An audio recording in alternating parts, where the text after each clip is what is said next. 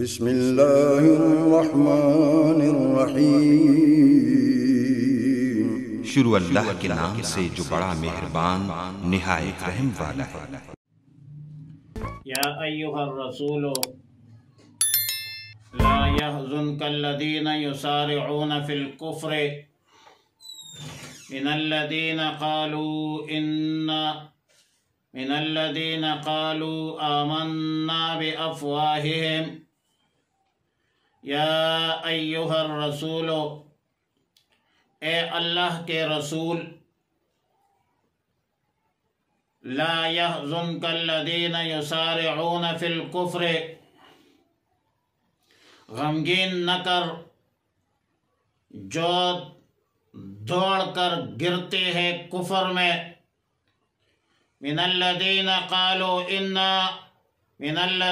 قالوا آمنا، وہ لوگ جو کہتے ہیں کہ ہم مسلمان ہیں اپنے منہ سے،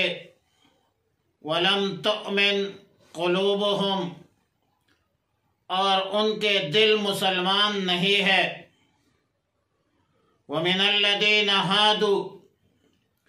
اور جو یہودی ہے، سَمَّاعُونَ لِلْكَذِبِ، جاسوسی کرتے ہیں جھوٹ بولنے کی، سَمَّاعُونَ لِقَوْمٍ آخَرِينَ، وہ جاسوس ہے دوسری جماعت کے، لم یأتوک، جو تجھ تک نہیں آئی ہے، یحرفون الکلم من بعد مواضعہ، بدلتے ہیں بات کو اس کے ٹکانے سے،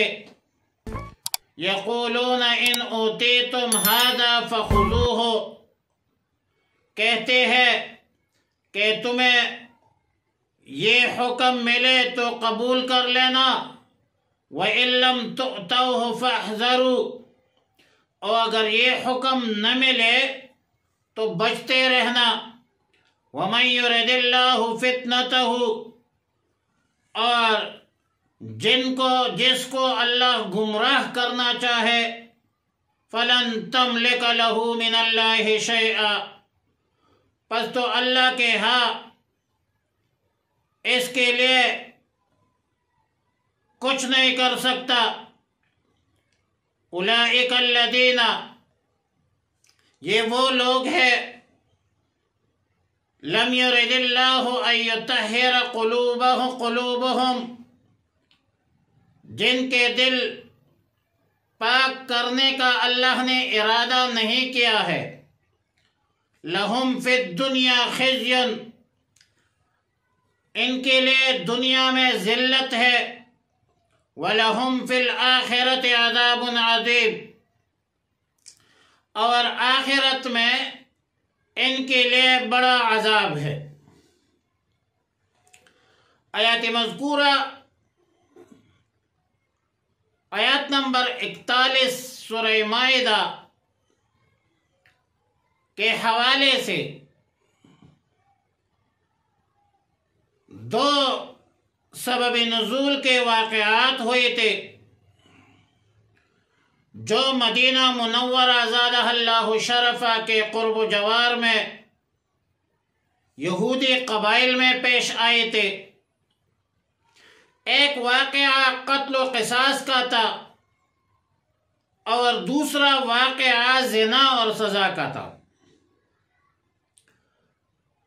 حوالے مدینہ میں دو قبیلے آباد تھے، ایک قبیلے کا نام بنو قریظہ اور دوسرے قبیلے کا نام بنو نذیر تھا۔ بنو نذیر مال و دولت، شان و شوکت اور طاقت میں بنو قریظہ سے زیادہ طاقتور تھی، لہذا طاقت اور دولت کے بلبوتے پر بنو نذیر نے بنو قریظہ کے ساتھ ایک معاہدہ کرنے پر مجبور کیا، اور معاہدہ یہ تھا کہ اگر بنو نذیر جو طاقت اور دولت سے مالا مال تھے، زوراور تھے، معاہدہ یہ ہوا کہ اگر بنو نذیر بنو قریظہ کا کوئی آدمی قتل کرے تو بنو قریظہ کو قصاص کا حق نہیں ہوگا، اور دیت میں صرف 70 وسق کھجور دیا جائے گا، جس کا وزن آج کل کے دور میں 5 من اور غالباً 10 سیر بنتے ہیں۔ اور معاہدے میں یہ طے ہوا کہ اگر بنو نذیر بنو قریظہ کا کوئی بندہ قتل کرے تو اس پر قصاص کا قانون جاری ہوگا، اور دیت بھی دگنا ہوگا، یعنی 140 وسق کھجور دیت میں ادا کرے گا۔ اور صرف اس پر اکتفا نہیں، صرف یہ نہیں بلکہ بنو نذیر کے مقتول اگر عورت ہوگی تو بنو قریظہ کا مرد قصاص کیا جائے گا، اور اگر مقتول مرد ہو تو بنو قریظہ سے 2 مرد قصاص کی جائیں گے۔ اگر بنو نذیر کا غلام قتل ہوا تو بنو قریظہ کا آزاد مرد قتل ہوگا۔ یہ دولت اور طاقت کے نشے میں بنو نذیر نے بنو قریظہ کے ساتھ یہ معاہدہ کیا، اور ظاہر ہے کہ زبردستی کیا۔ جب رسول اللہ مبارک صلی اللہ علیہ وسلم مکہ مکرمہ سے ہجرت کر کے مدینہ منورہ تشریف لے گئے تو اس وقت یہ دونوں قبائل نہ اسلام میں داخل تھے اور نہ ان کے ساتھ کوئی معاہدہ تھا، نہ یہ کسی معاہدے کے پابند تھے۔ اس عرصہ میں بنو قریظہ نے بنو نذیر کا ایک آدمی قتل کیا، تو معاہدے کے تحت بنو نذیر نے دگنا قصاص کا مطالبہ کیا، لیکن ظاہر ہے کہ یہ لوگ یہودی تھے، پڑھے لکھے تھے، لیکن صرف اتنا تھا کہ حسد، بغض، لالچ کی بنیاد پر اسلام کے نور سے منور نہیں تھے، اسلام قبول نہیں کیا تھا، اور اتنا سمجھتے تھے کہ اسلام عدل و انصاف کا مذہب ہے، اسلام مساوات کا مذہب ہے۔ اب دگنے قصاص سے بچنے کے خاطر بنو قریظہ نے انکار کیا اور یہ عذر پیش کی کہ اے بنو نذیر، ہم ایک قوم ہیں، ایک خاندان کے افراد ہیں، ایک وطن کے باشندے ہیں، اور ہم دونوں کا مذہب بھی ایک ہے، دونوں یہودی ہیں۔ اس کے جواب میں بنو نذیر مشتعل ہو گئے اور قریب تھا کہ جنگ چڑھ جاتی، مگر ان کے جو بڑے ہیں، بوڑھے تھے، اس نے گفت و شنید کی، مذاکرات کی، اور یہ کہا کہ اس معاملے کو رسول اللہ صلی اللہ علیہ وسلم کے پاس لے جاؤ۔ فریقین دونوں راضی ہوئے، اور یہی مقصد تھا بنو قریظہ کا۔ لیکن اس میں سازش یہ تھی کہ مقدمہ لے جانے سے پہلے کچھ لوگ جو دراصل یہودی تھے، منافقانہ طور پر انہوں نے اسلام کا اظہار کیا اور رسول اللہ مبارک صلی اللہ علیہ وسلم کا موقف اور عندیہ معلوم کرنے کے واسطے جاسوسی کا کردار ادا کر رہے تھے۔ اور مطلب ان کا یہ تھا کہ یہ لوگ کسی مقدمے میں، کسی فیصلے میں اور فیصلے سے پہلے رسول اللہ مبارک صلی اللہ علیہ وسلم کا موقف اور عندیہ معلوم کریں گے، اور اگر انہوں رسول اللہ مبارک صلی اللہ علیہ وسلم نے ہمارے مطالبے کے موافق فیصلہ کیا تو قبول کریں گے، اگر خلاف کیا تو انکار، تو نہیں مانیں گے۔ یہاں تک لکھا ہے امام بغوی نے مسند احمد میں عن ابن عباس رضی اللہ تعالی عنہما وعنہما اجمعین۔ یہ ایک واقعہ تھا قصاص کا، قتل کا۔ دوسرا واقعہ خیبر کے یہودیوں کا۔ خیبر کے یہودیوں میں یہ واقعہ پیش آیا کہ ایک بندے نے زنا کیا، تورات کے مقرر کردہ سزا کے موافق زانی اور زانیہ کا سنگسار ہونا ضروری ہے، مگر یہ دونوں کسی بڑے خاندان کے لوگ تھے، مالدار لوگ تھے۔ انہوں نے اپنے قدیم روایات اور عادات کے مطابق سزا میں نرمی کرنا چاہتے تھے، نرمی کے خواہان تھے، لیکن ان یہودیوں کو معلوم تھا کہ اسلام میں بڑی نرمی ہے، اسلام بڑی عادلانہ مذہب ہے، انصاف والا مذہب ہے، اور اسی اساس پر خیبر کے لوگوں نے بنی قریظہ کے لوگوں کے پیغام اور اس معاملے میں فیصلہ رسول اللہ مبارک صلی اللہ علیہ وسلم سے کرانا چاہا، لیکن ان یہودیوں کا منشا یہ تھا کہ اگر رسول اللہ مبارک صلی اللہ علیہ وسلم زنا کے حوالے سے، حد زنا کے حوالے سے، سزا کے حوالے سے ہلکے پھلکی سزا جاری کریں گے تو مان جائیں گے، اگر سخت سزا جاری ہوئی تو پھر نہیں مانیں گے۔ لہذا کعب ابن اشرف یہودی تھا، وہ ایک وفد لے کر رسول اللہ صلی اللہ علیہ وسلم کی خدمت اقدس میں حاضر ہوا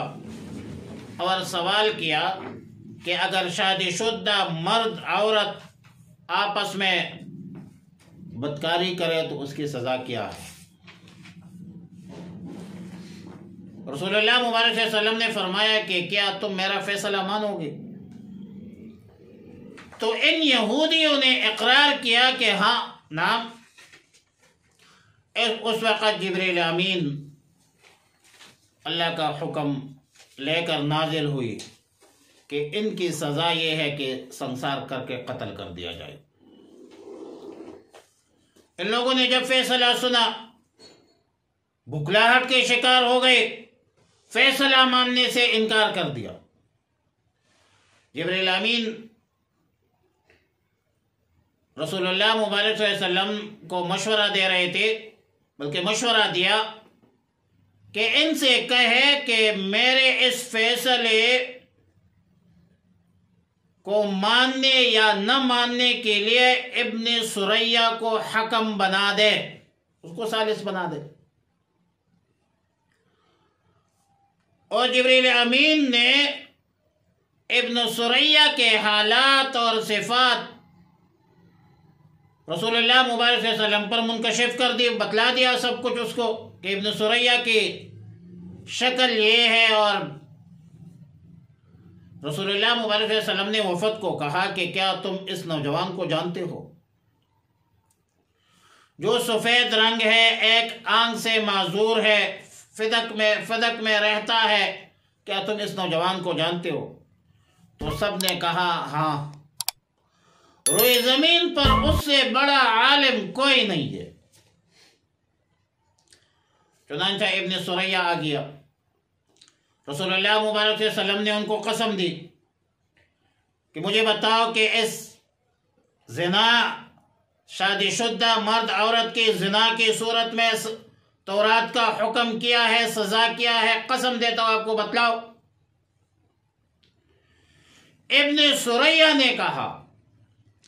کہ قسم ہے اس ذات کی جس ذات کے آپ نے مجھے قسم دی۔ حقیقت یہی ہے کہ اسلام کی طرح تورات میں بھی یہی حکم ہے کہ زانی اور زانیہ کو سنسار کر کے قتل کر دیا جائے۔ تو رسول اللہ مبارک صلی اللہ علیہ وسلم نے فرمایا کہ تم پر کیا آفت پڑی ہے کہ تم تورات کے حکم کی خلاف ورزی کر رہے ہو۔ تو ابن سریہ نے کہا کہ اصل حکم شرعی تو یہی ہے، مگر ہمارا ایک شہزادہ ہے، اس نے یہ جرم کیا ہے، وہ اس جرم میں مبتلا ہوا ہے، ہم نے اس کے لیے رعایت کرنی ہے۔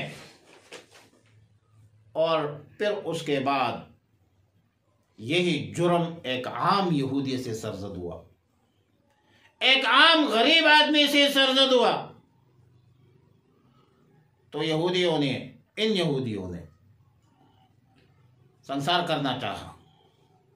لوگوں نے احتجاج کیا کہ اگر سنسار کرنے ہیں تو سب سے پہلے شہزادہ کو سنسار کرو، ورنہ ہم یہ سزا جاری نہیں ہونے دیں گے۔ جب عوامی دباؤ آیا تو سب نے مل کر، تو بڑے رذیل لوگ، سب نے مل کر تورات کا حکم، اللہ کا حکم چھوڑ کر، اللہ کا فیصلہ چھوڑ کر، تورات کے فیصلے کو چھوڑ کر، تورات کی سزا کو چھوڑ کر اپنا ایک فیصلہ کیا، اپنا ایک سزا تجویز کیا، معمولی سی مار پیٹ اور پھر جلوس کے شکل میں اس کی توہین، اور پھر یہی ان کے اندر یہ رواج پڑ گیا۔ خلاصہ کلام یہ ہوا کہ یہودیوں کی یہ پرانی خصلت ہے، پرانی عادت ہے کہ اقربا پروری کی بنیاد پر، کبھی جاہ و جلال کی بنیاد پر، کبھی مال و دولت کی لالچ میں لوگوں کے خواہشات کے مطابق، لوگوں کے مرضی کے مطابق فتوے جاری کرتے ہیں، فتوے دیتے ہیں اور شریعت کو سائڈ پہ کرتے ہیں۔ اور سزاؤں کے معاملے میں اگر مالدار آدمی جرم کرے تو ان کو معمولی سزا دیتے ہیں، اور جب غریب آدمی سے گناہ سرزد ہو جائے تو پھر ان کو شریعت یاد ہوتی ہے کہ تورات کے مطابق پھر سزا دے دیتی ہے۔ مطلب غریب کے لیے یہودیت میں الگ شریعت ہے اور مالدار کے لیے الگ شریعت ہے، اور اس یہودیوں کے اس فارمولے کے اثر مسلمانوں پر بھی، ہم پر بھی ہوا ہے۔ ہمارے ہاں بھی مالدار کے لیے الگ قانون ہے، غریب کے لیے الگ قانون ہے۔ فرق صرف اتنا ہے کہ ہم نے قانون کو ذو وجہین، دو چہروں والا بنایا ہے، اور یہودیوں نے دین کو ذو وجہین، دو چہروں والا بنایا ہے۔ صرف اتنا فرق ہے۔ بہرحال آیت کریمہ اللہ تعالیٰ نے اطلاع دی رسول اللہ صلی اللہ علیہ وسلم کو کہ یہودی آپ کو مخلصانہ طور پر حاکم نہیں بنا رہے ہیں، ان یہودیوں کی نیتوں میں فتور ہے، فساد ہے، لہذا آپ کو اختیار ہے یا تو ٹال دے یا فیصلہ کرے۔ اگر آپ ٹال دے تو آپ کو یہ نقصان بھی نہیں دے سکتے، فاحکم بینہم او اعرض عنہم، فیصلہ کرے یا ٹال دے، اعراض کرے ان سے۔ اگر آپ فیصلہ کرے تو یہ بدبخت لوگ آپ کو کسی قسم کا نقصان جو ہے وہ آپ کو نہیں دے سکتے۔